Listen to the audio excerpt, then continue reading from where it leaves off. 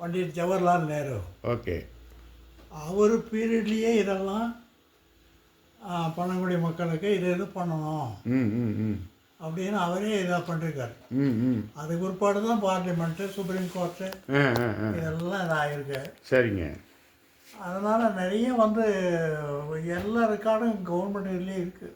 சரிங்க மெட்ராஸில் ஆவண காப்பகத்தில் இருக்குது சரிங்க சரிங்க சரிங்க பொருள் இது. சரிங்க. அப்படி இருக்கும்போது என்ன பண்ணுறது, இந்த ஆ ஆ இந்த கரையம் பண்ணக்கூடாதுன்னு சொல்லிட்டு இருக்குது சட்டம். சரிங்க சட்டமாக இருக்குது, தடையும் இருக்குது. சரிங்க. அப்படி தடை இருந்தும் அவங்க பண்ணுறாங்கன்னா ம் அது நம்ம ஆளுங்களுடைய தவறு. அது பழங்குடி மக்களுடைய தவறுன்றீங்களா? கண்டிப்பாக சொல்லணும். நான் எதனால அவங்க அந்த தவறு செய்கிறாங்க? என்ன சூழ்நிலை அவங்களுக்கு அது மாதிரி ஏற்படுது? இல்லை, வேற ஒன்றும் இல்லை. ஆ அவங்களுக்கு வசதி வாய்ப்புகள் கிடையாது. சரிங்க. அது ஒன்று. ம் அதை வச்சுக்கிட்டே இருக்கிறதெல்லாம் நம்ம பண்ணிட முடியுமா? பண்ணக்கூடாது. Okay okay okay. ஆ அந்த மாதிரியான இதுதான் இதாகிருக்கே தவிர வேறு ஒன்றும் அது இல்லை. சரிங்க. இந்த 1976 ஒரு ஜியோ இந்திரா காந்தி அம்மா பேரில் போட்டிருக்காங்க. பழங்குடி மக்களுடைய இடத்த மாற்று சமூகத்தை சார்ந்தவங்க வாங்கக்கூடாது. அப்படியே வாங்கியிருந்தாலும் அந்த இடத்த ரெக்கவரி பண்ணி பயனாளி இருக்கக்கூடிய பழங்குடி மக்களுக்கு தான் அது மறுபடியும் பயனாளியாக இருக்கக்கூடிய தகுதி இருக்குது அப்படின்ற மாதிரி ஒரு ஜியோ பார்லிமெண்ட்டில் பாஸ் பண்ணியிருக்காங்க 1976. அதை ஏன் இன்றைக்கி வரைக்கும் எந்த அரசாங்கமே கையில் எடுக்க மாட்டுது? அரசாங்கம் எடுத்து என்ன பண்ண முடியும்? இல்லை, அந்த மக்கள் பயனாளி கொடுக்கலாம்ல. அல்ல, அதை செய்கிற அதிகாரிகள் சரி கிடையாது. அந்தந்த இதில் இப்போ சட்டம் இருக்குன்னு வச்சுங்க, ஸ்டாலினுக்கு தெரியுமா? இவங்களுக்கெல்லாம் வாய்ப்பு இல்லை. கண்டிப்பாக கண்டிப்பாக. காரணம் என்னன்னா அவங்க கட்சி அது இது இப்படி தான் பண்ணிட்டு இருப்பாங்களே தவிர சரி அவங்களுக்கு ஒரு இது கிடையாது. இப்போ நீங்கள் எவ்வளோ போராட்டம் பண்ணியிருப்பீங்க, எவ்வளோ மக்களை ஒன்றிணைச்சு ஒருங்கிணைச்சு பண்ணி பெரிய பெரிய மாநாடுலாம் நடத்திருக்கீங்க, நான் கேள்விப்பட்டிருக்கேன் உங்களை பற்றி. நான் 1960 எனக்கு இதானதுலேருந்து இது பண்ணிருக்கிறேன். காரணம் நமக்கு எல்லாமே காங்கிரஸ். Very good.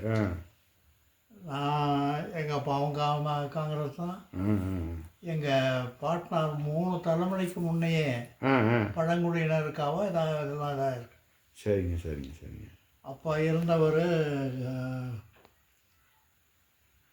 அண்ணாமலை கவுண்டர்ன்ட்டு. சரிங்க. அவர் தான் இங்கே ஜாகிர்தார்.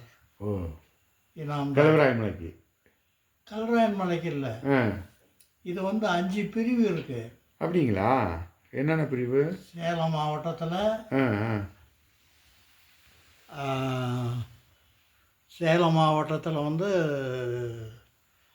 சின்ன கல்ராயன், பெரிய கல்ராயன், சேலம். சரிங்க. சேலம், ஆத்தூர் தாலுக், சேலம் டிஸ்ட்ரிக்ட். சரிங்க சரிங்க. அடுத்தது கள்ளக்குறிச்சி தாலுக்கா. அப்போ கள்ளக்குறிச்சி தாலுக்கா அது.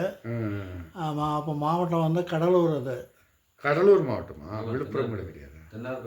விழுப்புரம் 2வதுலாம் தான். அது கடலூர். சரிங்க. அப்போ அந்த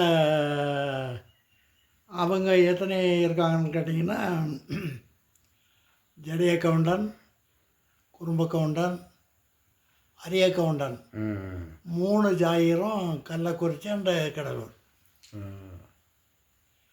சரி. இது கெசட் இயர்லேயே தான் இருக்குது. கெசட் இயர்லேயே இருக்குது. கெசட் இயருக்கு தான் ஆவண காப்பகத்தில் ரெக்கார்டெல்லாம். அப்போ ஏன் குடும்ப கவுண்டருக்கு எஸ்டி சர்டிஃபிகேட் கொடுக்க மாட்டுறாங்க நிறையா இடத்துல தமிழ்நாட்டுக்குள்ளே, அதாவது சிட்டிக்குள்ளே? குறும்பன்னு சொல்கிறதுனால கொடுக்க மாட்டோம். நான் குறும்பனுக்கு கொடுக்கக்கூடாது இல்லைங்களா? ஓ, ஏன், எதனால? குறும்பன் தனி. அப்படியா? பழங்குடியினர் தனி. அந்த இதில் அவங்கெல்லாம் கிடையாது. குடும்ப கவுண்டர்ன்றது பழங்குடியா? இதெல்லாம் ஜாகிர்தார் கவுண்டர். ஓ, ஜாகிர்தார் சொல்கிறீங்க? ஜாகிர்தார் தான் சொல்கிறேன் நான். ஓ, சரி சரி சரி சரி. கம்யூனிட்டி வைஸ் இல்லை. பெரிய கல்ராயன் இங்கே எப்படி இருக்குதோ அதே மாதிரி அங்கேயும் அதே மாதிரி தான். ஆமாம். சரிங்க ஐயா. இப்போ இந்த கல்வராயன் மலையில் எத்தனை சதவீத மக்கள் பயனாளியாக இருக்காங்க அரசாங்கத்தோடைய நிலத்தில்? எத்தனை சதவீதம்? ஃபுல்லாமே இருக்காங்க. ஃபுல்லாமே இருக்காங்களா? இல்லை அவர் ஐஆர் சொல்கிற ராமசாமி ஐயா சொல்கிற இல்லையா நிறைய ஆக்குப்பைடு பண்ணி வச்சுருக்காங்க. ஆக்குப்பைடுன்னா நான் தான் முன்ன சொன்ன மாதிரி தான். வித்துடுறாங்க. பட்டா அதை எப்படி வாங்குறாங்க? அதை எப்படி இப்போ என் மேலே நான் பழங்குடி, என்னுடைய இடத்த வந்து இப்போ உங்களுக்கு நீங்கள் கொடுக்கும்போது வந்து எப்படி நீங்கள் அதை ரிஜிஸ்ட்ரேஷன் பண்ண ரைட்ஸ் கிடையாது, எப்படி பண்ணுறாங்க? அதை பண்ணுறான். அதை எப்படி பண்ணுறாங்க? ரிஜிஸ்டர் ஆஃபீஸில் அதுக்கே பெரிய ரகலையெல்லாம் பண்ணுது. அது தப்பு தானே? அது சட்டத்துக்கு புறம்பான செயல் தானே அது? புறம்பானது. அது கவர்மெண்ட்டினுடைய வீக்னஸ்.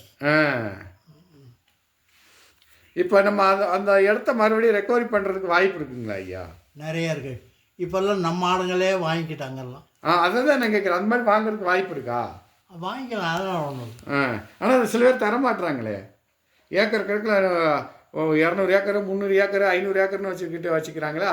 அது திருப்பி நமக்கு எப்படி வாங்க முடியும்? அவ்வளோ பொருளாதார ரீதி அந்த மக்கள் இல்லை 200 ஏக்கர் 300 ஏக்கர்லாம் கிடையாது. இதுக்கு பட்டா கொடுத்தது வந்து 10 ஏக்கராவுக்கு மேலே கிடையாது. 10 ஏக்கருக்குள்ளே தான் கொடுத்துருக்கான். அதுக்கு மேலே கொடுக்க முடியாது. ஆனால் ஏதோ 30 ஏக்கர் 40 ஏக்கர் 50 ஏக்கர் 100 ஏக்கர்ன்றாங்களே, அது என்ன கணக்கில் அதெல்லாம் தப்பு. அது மாதிரி கிடையாது. இனாம் எஸ்டேட் அபாலிஷன் ஆக்ட், அந்த ஆக்டில் இது வந்து இது இங்கிலீஷ் பீரியட்லேயே இருக்குது. 1940 இருக்குது. பிரிட்டிஷ்காரன் காலத்துலேயே இருக்குது. ஆமாம். அவன் பிரிட்டிஷ்காரனா அவனெல்லாம் சும்மா சொல்லக்கூடாது. அவன் பழங்குடியினருக்காக நிறைய என்ன பண்ணிட்டான். அதுதான். சரி சரிங்க ஐயா. இப்போ நம்ம முன்னெடுத்துக்கிற ஒரே விஷயம் என்னன்னா, இப்போ வந்து இந்த அதிகார துஷ்பிரயத்தில் வந்து ஆக்குப்படி பண்ணி வச்சுருக்காங்கல்ல நிலங்களை, பழங்குடி மக்களுக்கான நிலங்களை, அதை வந்து நில அபகரிப்பு இதில் பண்ணி நம்மக்கிட்ட மறுபடியும் நமக்கு பழங்குடிக்கு பயன்பெற அளவில் வந்து கொண்டு வர்றதுக்கான ஏதாவது ஜிஓஸ் நம்மகிட்ட இருக்குங்களா ஐயா? அல்ல, இங்கே ஒரு கேஸ் ஒன்று சின்ன சேலம். சரிங்க ஐயா. அந்த சின்ன சேலம் கேஸில் கூட நம்ம ஆளுங்களுக்கு தான் தீர்ப்பு. என்னன்னு?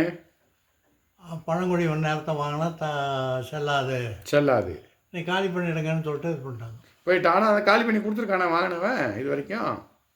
கொடுத்துட்டாங்களா? பரவாயில்ல, கொடுத்துட்டாங்கன்னா சந்தோஷம்.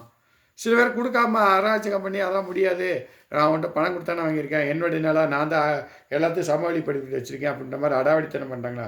அதெல்லாம் நம்ம எப்படி ரெக்கவரி பண்ணுறது? அரசாங்கம் தான் நமக்கு அதை வாங்கி கொடுக்கணும். அரசாங்கம் தான் வாங்கி கொடுக்கணும். அரசாங்கம் அதை பண்ணலை. இப்போ வந்து என்னென்னா, இப்போ நம்ம எம்பிகிட்ட நான் இது சம்மந்தமாக பேசினேன்.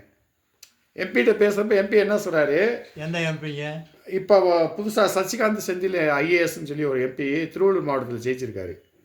திருவள்ளூர் தொகுதி இருக்குங்களா, சென்னையில் திருவள்ளூர், அந்த தொகுதியில் ஜெயிச்சிருக்காரு சசிகாந்த் செந்தில்னு சொல்லி ஐஏஎஸ். அவர் கர்நாடகாவில் ஐஏஎஸ் வந்தவர். வாலண்டரி ரிட்டைர்மெண்ட் எழுதி கொடுத்துட்டு இப்போ வந்து காங்கிரஸ் கட்சியில் இணைஞ்சி காங்கிரஸ் கட்சி மூலமாக இப்போ ஜெயிச்சு எம்பி ஆகியிருக்காரு. அவர்கிட்ட இது சம்மந்தமாக ஐஏஎஸில் லெட்டர்ஸ்லாம் கொடுத்தாரு. அதை போய் கொடுத்து அவர்கிட்ட நான் பேசினதுக்கு அவர் என்ன சொன்னார்னா, நீங்கள் கண்டென்ட்டாக ரெடி பண்ணி ஆதாரத்தோடு கொண்டு வாங்க, நான் இது சம்மந்தமாக பார்லிமெண்ட்டில் நான் தீர்மானம் வைக்கிறேன் அப்படின்றாரு. அதுக்கு தான் இப்போ